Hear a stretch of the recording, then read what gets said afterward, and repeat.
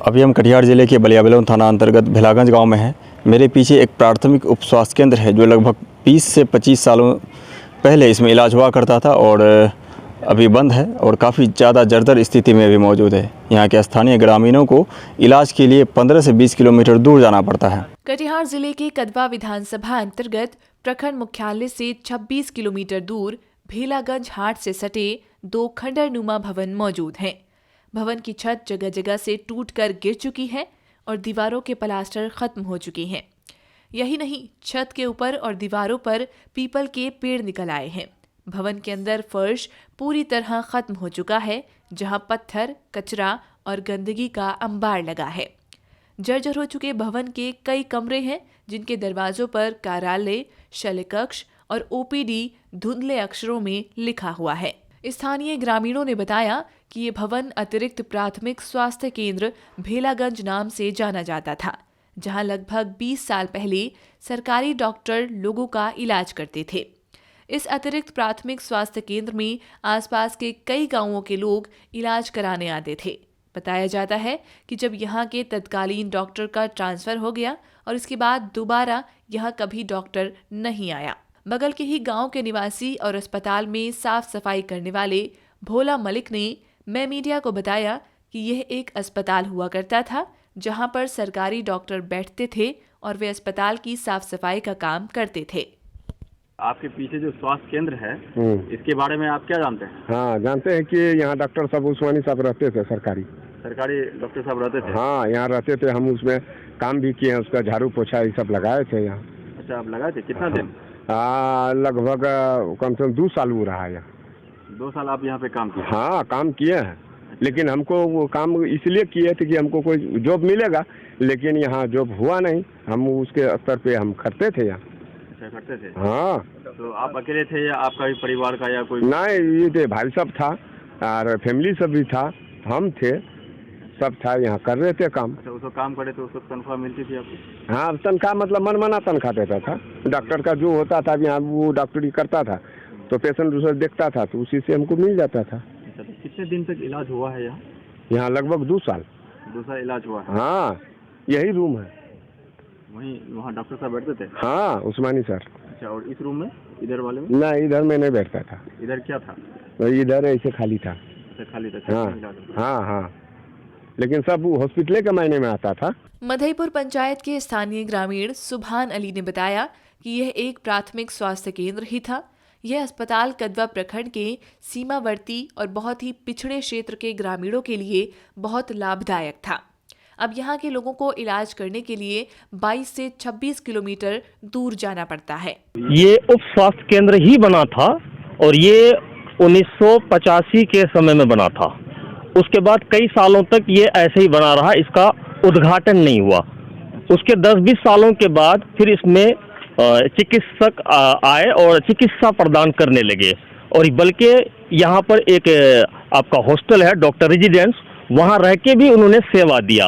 और जैसे कि अभी बता रहे थे कि एक जो सफाई कर्मचारी है उन्होंने भी सेवाएं दी हैं यहाँ। उसके बाद तकरीबन 20-25 सालों से यहाँ पर कोई सेवा नहीं है, ठप पड़ा है। और अंदर का हालत देखिए कि गंदगी का अंबार है। आपको ऐसे ऐसे चीज मिलेंगे जो कि एक समाज के लिए अच्छी चीज नहीं है। तो या तो इसे पूरी तरह से बंद कर दिया जाए या इसको चालू कर दिया जाए। वैसे हम लोग गांव के रहने वाले हैं, बहुत ही पिछड़ा हुआ इलाका है हमारा। यहाँ पर सभी मजदूर या किसान लोग रहते हैं।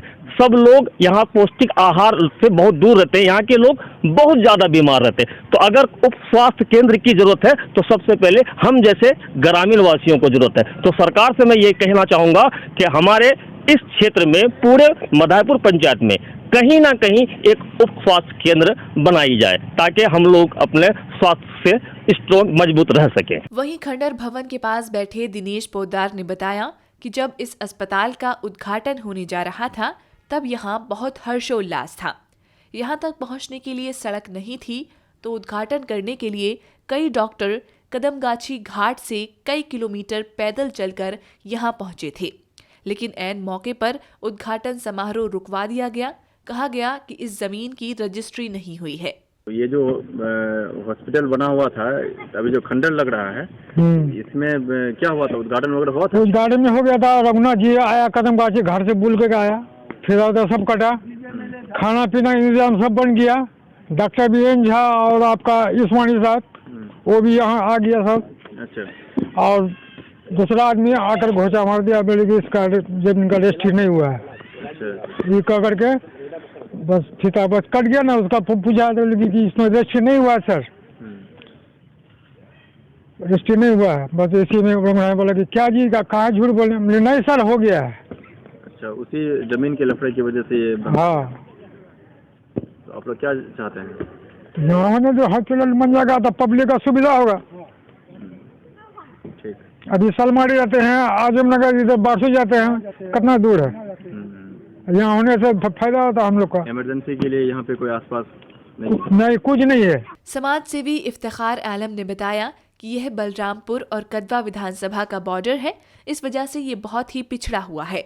बगल से नदी बहती है, यहाँ इमरजेंसी के वक्त इलाज के लिए कोई अस्पताल नहीं है, इसलिए इसे जल्दी से शुरू करने से लोगों को सुविधा होगी। उप स्वास्थ्य केंद्र की निहायत ही सख्त जरूरत है इस इलाके को।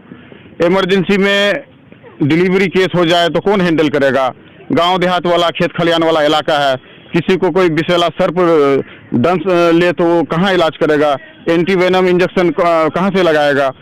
तो कहने का मतलब सदर हॉस्पिटल है आसपास बहुत दूर है, बारसोई में है, आजमनगर में या कदवा प्रखंड में है। तो उप स्वास्थ्य केंद्र इस पंचायत के लिए नहीं, इस पूरे इलाके के लिए निहायत ही जरूरी है। स्थानीय लोग, आसपास के लोग जो है इसको एक शौचालय के तौर पे इस्तेमाल करते हैं और कुछ जो है आपत्तिजनक सामग्री भी नजर आ जाता है यहाँ। तो ये इसका जो है ये इस इस्तेमाल करने के मकसद से ऐसा डोनेटर ने इसे डोनेट नहीं किया था। तो हम ये डिमांड कर, और ये इसके छत वगैरह भी ढह चुका है, इसको जो है बहाल किया जाए, इसको रिकंस्ट्रक्ट किया जाए, बहाल किया जाए और स्वास्थ्य सेवा को बहाल किया जाए। इस मामले को लेकर जब हमने कदवा प्रखंड के चिकित्सा पदाधिकारी रवि कुमार से बात की तो उन्होंने फोन पर कहा कि वे अस्पताल तो बना था, लेकिन भूदाता ने जमीन की रजिस्ट्री सरकार के नाम नहीं की थी, इसलिए वह सरकारी सेवा बहाल नहीं हो पाई। कुछ दिनों तक सरकारी डॉक्टर के बैठने की बात पर उन्होंने कहा कि समाज के आग्रह पर डॉक्टर वहां बैठते थे, लेकिन उन्हें परेशान किया गया, इसलिए दोबारा वहां कोई डॉक्टर नहीं गया। एक बार जब भूदाता के वंशजों से रजिस्ट्री के लिए बात की गई तो उन लोगों ने सरकारी नौकरी की शर्त रख दी, इसी कारण अस्पताल का यह मामला अटक गया। हाँ, हेलो रवि जी। हाँ।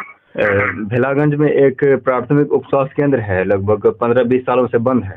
नहीं, वो नहीं है। अच्छा। वो सरकार की नहीं है, वो शाह जो थे जी, उन्होंने मकान बनाया जी, अपनी जमीन पे जी, और फिर उनके पूर्वजों ने उनके रहते हुए उन्होंने रजिस्ट्री नहीं किया जमीन सरकार को। अच्छा, तो वो नहीं है। अच्छा अच्छा, नहीं कोई सरकारी डॉक्टर शायद 2 साल तक बैठे भी थे, इसलिए हम हाँ, पूछ रहे थे। वो उसमें चलिए गया था लोक सूचना में, तो हम लोगों ने उसको तहकीकात किया। देखिए वो बना दिए, मान लीजिए भी स्वास्थ्य केंद्र की और पीएचसी की बिल्डिंग नहीं है तो पंचायत भवन, आंगनबाड़ी केंद्र, सामुदायिक भवन कहीं भी बैठ के हम काम कर सकते हैं। तो उन्होंने बना दिया, तो डॉक्टर साहब वहाँ पे काम कर रहे थे। तो कुछ लोगों ने, कुछ नेताजी लोग या जो भी, उनको अगर पर्सनल कुछ स्वार्थ था, इंजुरी इधर उधर, ये उन लोगों ने हड़काना शुरू किया कि भाई आप वो नहीं है, क्यों आप उसके यहाँ बैठते हैं। डॉक्टर साहब ने फिर से वहाँ बैठना छोड़ के वो पंचायत भवन में बैठने लगे। उसके बाद फिर डॉक्टर साहब ने अपना वहाँ से ट्रांसफर करवा लिया। वो बिल्डिंग या जमीन ही सरकार की नहीं है। अच्छा, सब प्राइवेट है वो। हाँ, तो फिर उनके नाती वाती से हम लोगों ने अप्रोच किया कि भाई आप दे दीजिए। तो उनके वो लोग बोले कि नहीं, हम लोग ऐसे कैसे देंगे, हम लोग को सरकार की नौकरी मिले, ये हो वो हो। अच्छा, तो विधायक जी को हम लोगों ने रिक्वेस्ट किया जो एक बार अपने स्तर से पहल किया जाए तो कहीं कुछ हो भी सकता है। जी जी। अच्छा, वो भवन भी निजी कोष से बना था क्या? हाँ हाँ, वो अपने ही पैसे से बनाए थे। अच्छा अच्छा, ठीक है, धन्यवाद।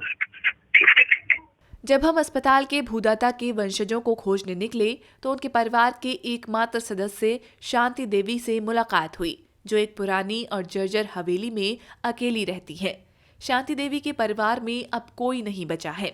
शांति देवी ने दावा किया कि वह भवन उनके पति पृथ्वी शाह ने खुद के पैसे से खुद की जमीन पर बनाकर सरकार को दान कर दिया था, लेकिन पारिवारिक कलह के कारण रजिस्ट्री संभव नहीं हो पाई। उन्होंने कहा कि वह लिखकर देने को तैयार हैं कि उनकी आखिरी इच्छा है कि अस्पताल का नाम उनके पति पृथ्वी शाह के नाम पर हो और सरकार जल्दी से वहां स्वास्थ्य सेवा बहाल करे। सरकारी नौकरी की शर्त पर जमीन लिखने की बात पर उन्होंने कहा कि अगर सरकार नौकरी दे तो भी ठीक, ना दे तो भी ठीक, लेकिन अस्पताल उनके पति के नाम पर ही होना चाहिए। वो जो भवन जो बना है, तो भवन किसके पैसे से बना है? ये हॉस्पिटल मेरा पैसा। आपके पैसे से बना? हाँ, मेरा पैसा बाबू। कुछ दिन वहाँ पे डॉक्टर भी बैठा था। हाँ हाँ हाँ। तो उसके बाद फिर वो शायद कोई डॉक्टर साहब ये बोल रहे थे कि कोई जमीन का मसला हो गया, इसलिए अभी डॉक्टर वहाँ पे नहीं बैठ रहे हैं लगभग 15-20 साल से। 20 साल से नहीं, बहुत लफड़ा, बैठने नहीं दिया। अच्छा, बैठने नहीं दिया। बैठने नहीं दिया, कत्ते उकवा लगा दिया। तो अभी उनके वारिस आप ही हैं। हाँ। तो अभी आप क्या चाहते हैं? हाँ, हो जा। हम चाहते हैं हो, नाम होना चाहिए, हॉस्पिटल होना चाहिए। हॉस्पिटल होना चाहिए। हाँ। तो अभी आप सरकार को लिख कर देने के लिए तैयार हैं? हाँ, तैयार हैं। जमीन देने के लिए तैयार हैं? तैयार हैं जी। उन लोग नहीं देगा, जितना है उतना हम तैयार हैं हम। अच्छा, मतलब आपका जितना हिस्सा पड़ रहा है उतना आप सरकार को देने के लिए तैयार हैं? हाँ, तैयार हैं, हम तैयार हैं। 1 बीघा में आधा बीघा पाएंगे क्या? नहीं, हम तैयार हैं। वहीं पृथ्वी शाह के बड़े भाई मेघू शाह के नाती और उप मुखिया विश्वनाथ शाह ने कहा कि अगर अस्पताल का सरकारीकरण हो जाता है तो अच्छा है, जल्द से जल्द कर दिया जाए, हम लोग तैयार हैं।